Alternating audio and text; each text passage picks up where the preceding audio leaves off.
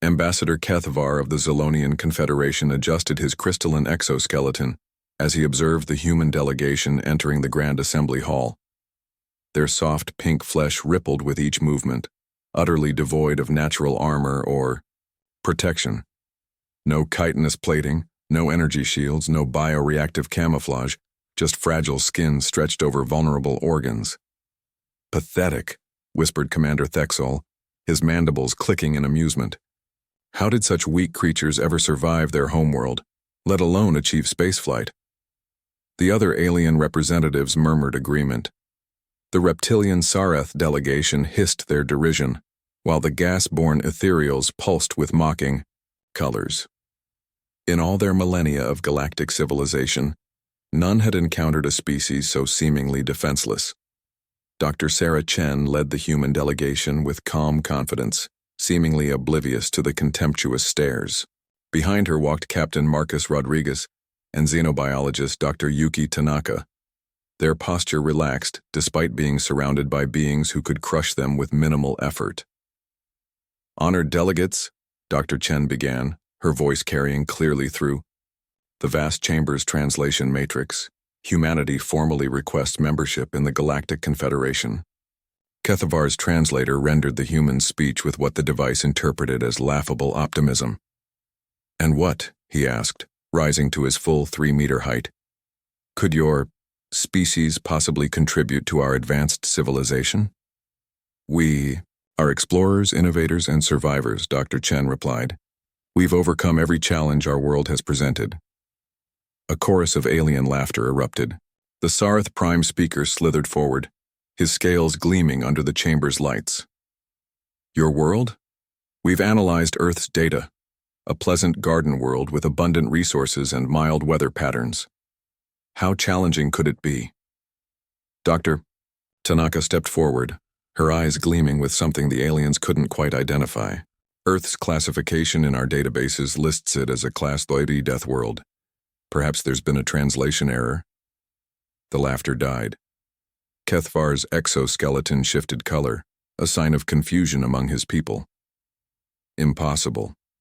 Class 3 worlds are uninhabitable. Nothing above Class 7 has ever produced sentient life. Oh, but it has, Captain Rodriguez said, his smile carrying an edge that made several delegates unconsciously step backward. Would you like us to demonstrate some Earth survival techniques? Before anyone could respond, alarms began blaring throughout the station. The lights shifted to emergency amber as the station's AI announced, breach in Section 7. Unknown predatory organism detected. All personnel evacuate immediately. Panic erupted in the assembly hall. The ethereals dispersed into their component gases, abandoning their carefully maintained forms. Zeolonians activated personal shield generators while Sareth delegates slithered toward the exits, their scales shifting to camouflage patterns. Kethvar watched in amazement as the humans did something unprecedented. They moved toward the danger. "What are you doing?" he called out, his translator crackling with static from his agitation. Dr. Chen was already pulling up station schematics on her portable device. Section 7 houses the environmental controls. If that thing damages them, everyone on this station dies.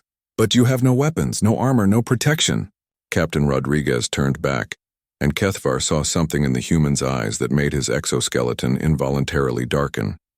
An ancient, predatory focus that belonged to creatures from nightmare worlds. "We are the protection," the captain said. The humans moved through the station corridors with fluid efficiency. When they encountered the creature, a massive, tentacled thing that had somehow stowed away on a cargo vessel, Kethvar expected to witness their swift deaths. Instead, he watched something that would haunt his dreams for cycles to come. Dr. Chen didn't freeze in terror as any rational being would. She analyzed the creature's movement patterns in seconds, identifying its blind spots and weaknesses. Dr. Tanaka began calculating its metabolic requirements and probable behavior based on its morphology. Captain Rodriguez smiled. The creature lashed out with tentacles thick as tree trunks, each strike capable of pulverizing bone. The humans simply weren't there when the attacks landed. They moved with impossible coordination, as if sharing a single mind. When the creature cornered Dr. Tanaka, something unprecedented happened. Dr. Chen let out a sound, a wordless cry that somehow conveyed threat, challenge, and protective fury. Captain Rodriguez's response was instantaneous and terrifying. He grabbed a broken piece of the station's hull plating and, with strength that defied his slight frame, drove it deep into the creature's nervous cluster. The alien delegates watched through security feeds as the humans dismantled a creature that should have been their absolute superior in every way. They used improvised weapons, pack tactics, and something else, something that couldn't be quantified or replicated. They used the focused rage of a species that had clawed its way to the top of a world where everything was designed to kill them. When the humans returned to the assembly hall covered in the creature's ichor but very much alive, the chamber was silent. Kethvar looked at Dr. Chen with new understanding.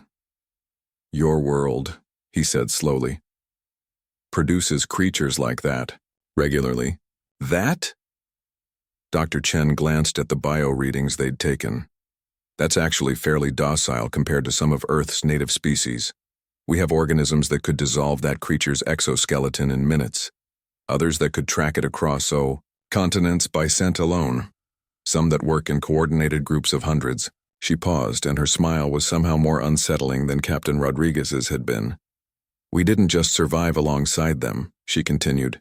"We domesticated them. We made them part of our families. We learned their hunting techniques and improved upon them." Commander Thexol's mandibles clicked nervously. "And you all possess these instincts?" "Every human," Dr. Tanaka confirmed. "It's not something we can turn off. When threatened, when protecting others, when survival is at stake, we become what our world made us." The vote for humanity's admission to the Galactic Confederation was unanimous. Later, as the delegates dispersed, Kethvar approached Dr. Chen privately. "Why didn't you tell us immediately what you were?" She considered the question thoughtfully. "Would you have believed us?" Sometimes, the most important truth can only be demonstrated, not explained. Kethvar watched the humans depart, and for the first time in his long life he was grateful to be making friends rather than enemies. The galaxy had just discovered that the most dangerous predators often came in the most unassuming packages. Humanity hadn't joined the Confederation despite their weakness.